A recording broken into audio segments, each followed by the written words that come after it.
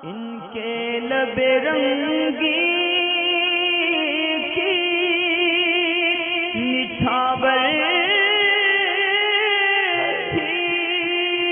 कि जिसने औरत का इत्र, खुशबू या इस तरीके का कोई डिओड्रेंट वगैरह लगाने का क्या हुक्म है और साथ में इसमें नमाज होगी या नहीं होगी, इसके ताल्लुक़ से एक सवाल है। तो ये अर्ज़ करूँ कि इत्र लगाना या खुशबू लगाना औरत को ये जायज़ है, इसके अंदर शरन कोई ममानियत नहीं है। और जो ये हदीस पाक के अंदर मौजूद है, ये इस किस्म की जो हदीस हैं कि जो औरत खुशबू लगा के मर्दों के बीच में गुज़रे या बाहर गुज़रे वो ज़िना करने वाली है, या इस तरीके की भी रिवायतें हैं कि खुशबू लगाकर औरत मस्जिद में, हमारी मस्जिदों में खुशबू लगाकर ना आए, ये भी मिशकात शरीफ की हदीस पाक का खुलासा है।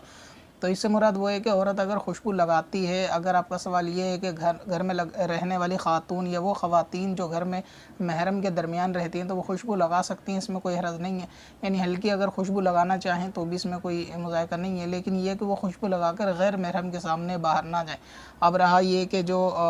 स्प्रे वगैरह, परफ्यूम जिसको बोलते हैं, परफ्यूम आते हैं, तो इसमें लगाने ना लगाने का मामला ये है कि अगर ये अल्कोहल फ्री आपके पास मैसर हैं, और ऐसे भी बाज़ार में आते हैं जिसके ऊपर साफ़ लिखा होता है कि इसमें अल्कोहल नहीं होता, तो अल्कोहल फ्री परफ्यूम जो भी हैं वो भी लगा सकते हैं, मर्द भी लगा सकते हैं, औरत भी, और इनको लगाने के बाद नमाज जायज़ है। ठीक इसी तरीके से इतर वगैरह भी लगा सकते हैं, इतर लगाने के बाद भी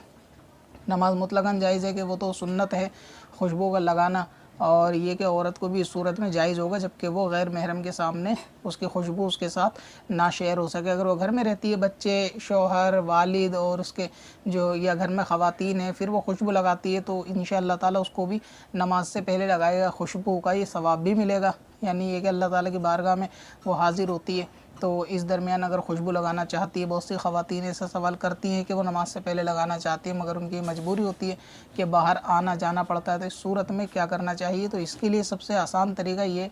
कि ख़ास और मखसूस चादर नमाज के लिए तय कर ली जाए कि ये चादर आप नमाज ही में इस्तेमाल करेंगे। फिर आप उस चादर के ऊपर खुशबू को लगा लिया करें, नमाज से पहले इतर वगैरह को मल लिया करें और नमाज में उस चादर को लपेट कर नमाज अदा कर लें। तो इससे क्या होगा कि अल्लाह ताला की बारगाह में अगर आप खुशबू लगा के जाएंगे तो इस नियत पे, नेक नियत पे मर्द के तरह औरत को भी इंशाअल्लाह ताला सवाब मिलेगा। और फिर जब आपको घर गृहस्थी के काम करने हो या बाहर जाना हो, आप उस चादर को जो आपने मखसूस की है नमाज के लिए उतार कर रख दें किसी अलमारी वगैरह में, और फिर आप आम लिबास पहनकर आ जा सकती हैं पर्दे की शराइत के साथ। तो इसमें क्या होगा कि वो खुशबू वाली चादर आपके जिस्म से जुदा हो जाएगी, तो उसके गैर महरम को उसकी खुशबू नहीं पहुंच पाएगी। तो ये आसान तरीका है